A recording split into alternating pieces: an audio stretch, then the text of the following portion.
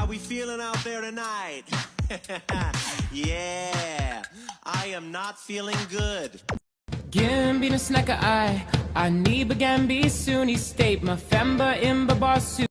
So I've heard people say that autism and ADHD is essentially the next step in human evolution. But what if, in actuality, we're the original form of human?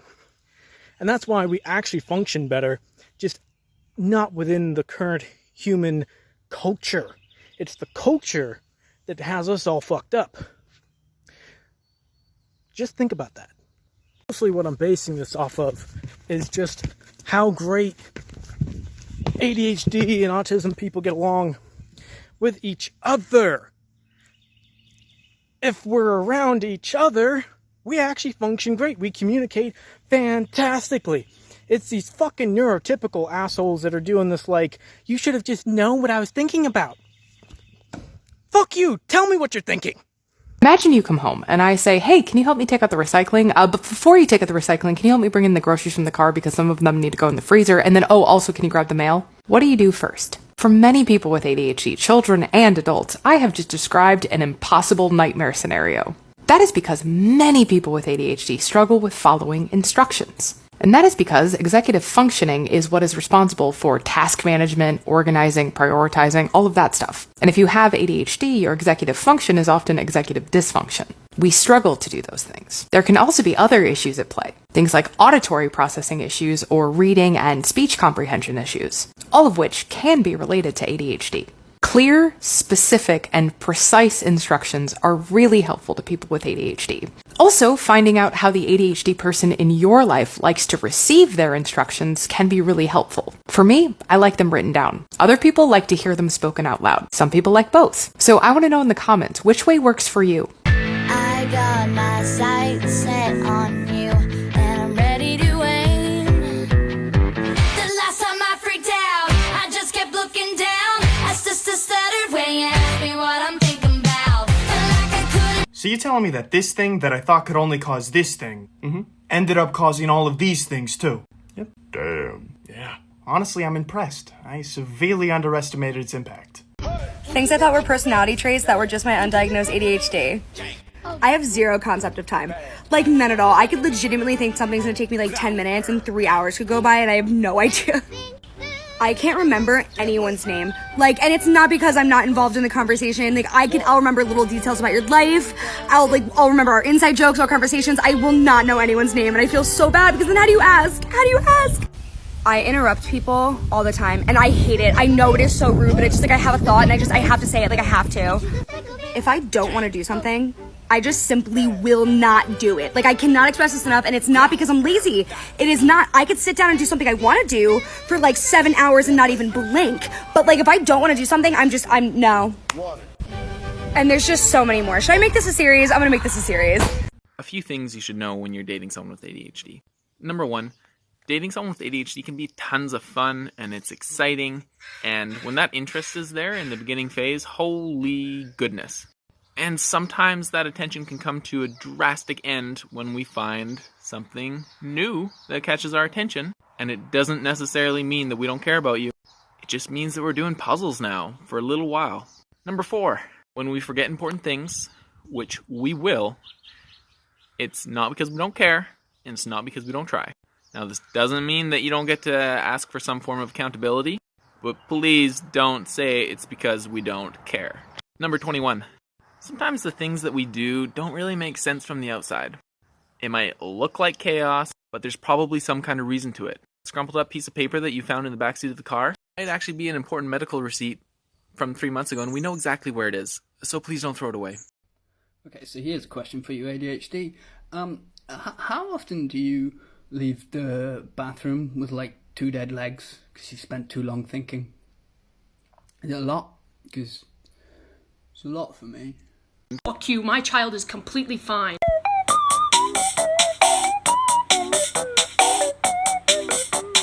ADHD moment. We've been outside playing. Completely forgot I was cooking breakfast. It's now 1:22. This is in here from this morning. Apparently I just forgot I was hungry too. Welcome to Neurodivergent Adventures of the Day.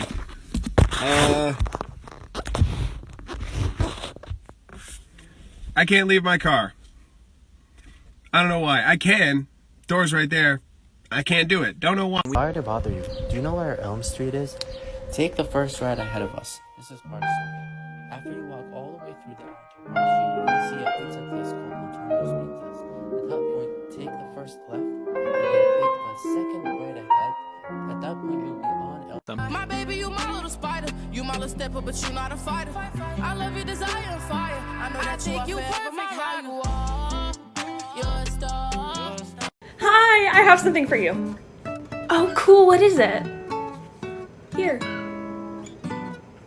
Is that a rock? Yes, I saw it and I thought of you. Do you like it? Yeah, no, I love it. I love it. Okay, here, take it. Thank you. You can also rub it. I tried to find one with a good texture. Oh, yeah. Do you not like it? No, I love it. I promise. Okay, good. I can find you more if you want. And like, there are some really cool leaves that I can show you. Yeah, sounds good.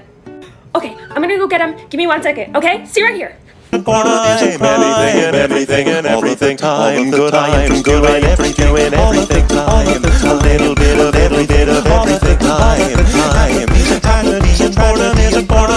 Anything and everything and everything time. Tips for ADHD that you don't know. Don't hide from it. Own it. You're random. Explore it. Half the time, people with ADHD don't even want to admit to it. Go through it.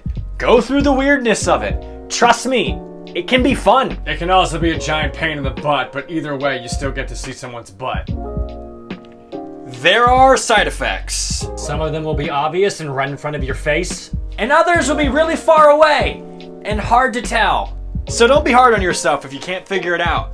Take it slow, unless you want to take it fast because you have a lot of energy, in which case don't stop running and be like Forrest Gump. Right, okay, so a routine. Yeah, a routine for me, and it's every day. It's every day. And I personally really love that, right? I think that that's going to really help me optimize and utilize my time so much more effective. Do you mind if I write this down really quickly so I do not forget? I do rebel against authority, even if it is my own, but I don't think that should be a problem this time, especially if I use those helpful timers that I have been setting and using that are helpful. Thank you so much for this suggestion. I can't wait to implement some good hard old structure into my life, which I think I will really enjoy. So thank you so much, and I can't wait to do this because I am capable of doing this, which is really lovely. Mental ADHD hack, let's go! Okay, so if you wake up in the morning and you have like a bunch of motivation or something, or whenever throughout your day you have like a burst of motivation and like your executive dysfunction is basically non-existent, take that time to prepare something for yourself for later on. For instance, for breakfast this morning, I cut open a grapefruit and such, and I just didn't eat it for breakfast. But I've been running around my house and cleaning and stuff, and now I want a little bit of a snack. And I didn't have to do anything. It was already ready for me. I likened this to like, you know when you know you're gonna drink and so you like prepare everything for yourself ahead of time for when you're done drinking so that you can take care of your drunk self? Yeah, be your own parent, but at a different time. And no matter what you do, you are still valid and amazing. Have a great day! Have you two been called the F out by ADHD TikTok? If that's you, listen up. So here's the thing. Even if we lived in an ideal society where we actually prioritized mental health care, which we don't, but if we did, at this juncture, there aren't enough resources to spread out for everybody that thinks they may have ADHD to get diagnosed right now. And even if you are in the middle of it, it's a slow process. There are also many diagnoses that look and feel and are a lot like ADHD. But this is a big but, guys, like the song. I like big butts and I can't lie. Nothing to see here. You do not have to have an ADHD diagnosis to get use out of ADHD tools and resources. I'm happy to repeat that if you need me to. That goes for everything from the planners that I design or the tips that Katiosaurus gives, the information you get from Dr. Ina, the laughs you get from Connor, the reality check you get from Dr. Kojo, or any of the incredible ADHD creators. If you find something that works for you, use it. I mean it. As a person with ADHD who went undiagnosed for 33 years, I want to talk about the concept of neurotypical success. Because neurotypical success has a roadmap that's laid out and it's really easy to follow. You go to school, you get an education, you get a good job, You get the house, the car, you build a family, and then you retire. And that is success for neurotypical people. When I was undiagnosed, I followed that same roadmap. I struggled through it, but I made it through. I got my degree. I got a high-paying job. I got the car, got the house, got the family. And as soon as I got all of those things, I felt empty. I felt incomplete. I didn't feel challenged. And for people with ADHD, we need that stimulation. Success for us isn't getting to a point where we can just coast and just be comfortable. Success for us is being challenged and being motivated. That is success for us. Question that I feel like a lot of people aren't going to like, but what is neurodivergent? Hi Joshua, I got tagged in to answer your question, and I'm happy to do so because you seem to be authentically asking it in good faith. As such, let me share with you some of my knowledge about neurodivergency. The term neurodivergent was coined by Kasayana Sasumasu as a way to describe having an atypical neurological condition. The term covers a wide array of disorders, ranging from autism and ADHD to schizophrenia, bipolar, dyslexia, among many others. This particular term, to me, does not come across as someone trying to express themselves. It comes across as someone who has the need to feel special. Normally this kind of statement would really piss me off. It's very ableist in nature. You couldn't be farther from the truth. But this is the kind of ableist garbage that we've had to listen to our entire lives. When in reality, all we're trying to do is our best to fit into a society that isn't designed for us. We aren't trying to feel special. We're trying to feel accepted and respected. The only true difference is that our brains operate differently. There is no such thing as neurotypical. There is no such standard way of thinking. Let's look at this from a slightly different angle. You're a car. Just go with me on this, it'll make sense after. You're a car, and so is every other person you know. You all run pretty well. You all perform your scheduled maintenance just like everybody else. Your tire pressure is a little different than Bob's, and Joanna has a few more dents and paint chips than you do, and Gary could really do with tightening up that muffler. But all in all, everybody's operating well within operational standards. You see, this is neurotypical, not a standard way of thinking, the average, the norm. Having a brain that for all intents and purposes works exactly as it's supposed to. Sure, there are some minor hiccups here and there, like occasional self-doubt, or maybe being forgetful once in a while, but all pretty much operating in the same way. There is no special way of thinking that you have that makes you neurodivergent. Okay, let's continue our story. I have entered the highway. I have an engine that can rip at 500 miles in under 3 seconds, but occasionally the engine overheats. The oil pressure's a little wonky, the windows don't seal when they're rolled all the way up, and the radio cuts out on occasion. Oh, and I can only go 500 miles an hour. And my brakes are from a toddler's tricycle. You see, this is neurodivergent, a brain that operates very differently from the norm, one that struggles daily with imposter syndrome, one that has a hell of a time focusing on important tasks, one where executive dysfunction prevents me from doing that task, whether I want to do it or not. You see, it's not a matter of being treated special to be called neurodivergent. The word literally means a brain that is different. And because of our brains doing shit like this to us, we've had to endure degrading, invalidating, and ableist comments our entire lives, being called things like lazy, stupid, or worse, all for having a car that runs differently than yours. I hope that gives you a little more insight as to what being a neurodivergent really is. And as neurodivergents, we don't need to feel special. We need to feel respected as individuals, as people. And I hope that moving forward, I can count you as one of the people that does.